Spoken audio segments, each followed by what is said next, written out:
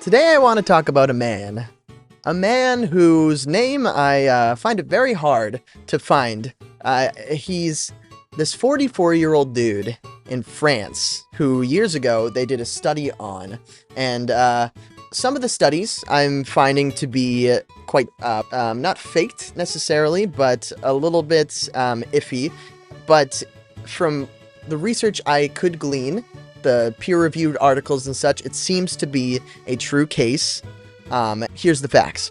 So this 44-year-old man experienced some weakness in his leg one day, went to get a scan, and they found that his brain, while not missing, was incredibly severely compressed where the brain should be located, being filled with fluid, sloshing around up there. The dude has that Homer Simpson-ass brain with the tiny, stem, I don't know, craziness. So, insane, right? How is he still alive? Well, apparently, he has an IQ of, 84. He failed or didn't do well in many tests, many IQ tests, verbal tests, and efficiency, and, I don't know, functioning well enough, working, happy, seemingly, has a family, living his life, doing everything that he should be doing as a working class capitalistic citizen. You know, utilitarianism to the max. So this dude is just living his life until he feels the weakness in his leg, and he would have never found out. And that's crazy to me. The fact that he has so much fluid in his head and very little actual brain. Here's a conversation between Susan Bonner and Alex Clearman as part of one such study. Clearman spoke with, as it happens, guest host Susan Bonner. Susan Bonner, it is such a stunning case. I'm wondering what kind of a larger lesson it offers about our brains. Alex Clearman's. One of the lessons is that plasticity is probably more pervasive than we thought it was. It is truly incredible that the brain can continue to function more or less within the normal range, with probably many fewer neurons than in a typical brain. There's a second lesson, perhaps, if you're interested in consciousness. That is the manner in which the biological activity of the brain produces awareness.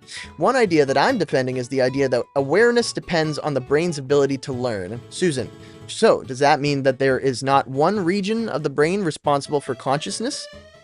Precisely. These cases are definitely a challenge for any theory of consciousness that depends on very specific neuroanatomical assumptions.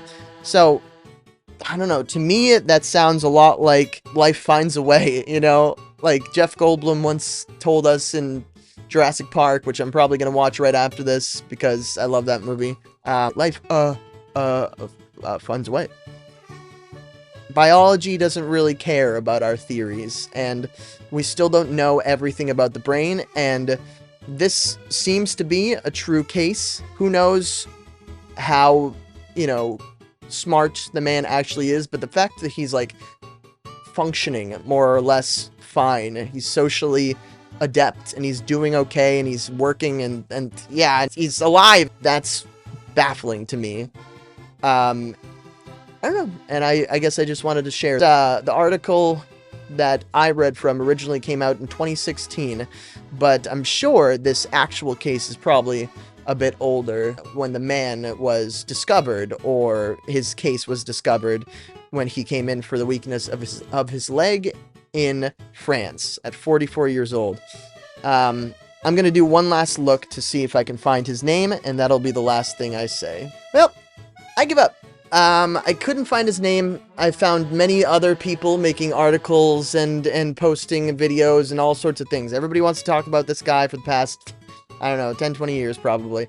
But everybody's theories are very different. Most of them involve him having fluid, lost 90% of his brain mass, but truthfully, it looks like the brain was just compressed, which is, what's the difference? The size, seems to matter, seemingly, at least a little bit, but no name. It seems to be, at the very least, this really was a case, and he really did have a lot of fluid in his brain, and he was diagnosed with that as a kid, but the brain wasn't missing necessarily, it was just really, really tiny, and had been slowly eroded over time as a result, that's why it became so small after many years. Alright, well, that's it for today. Next time, I'm going to talk about, you guessed it, Disney. and their stupid ass lawsuit. Let's talk about it.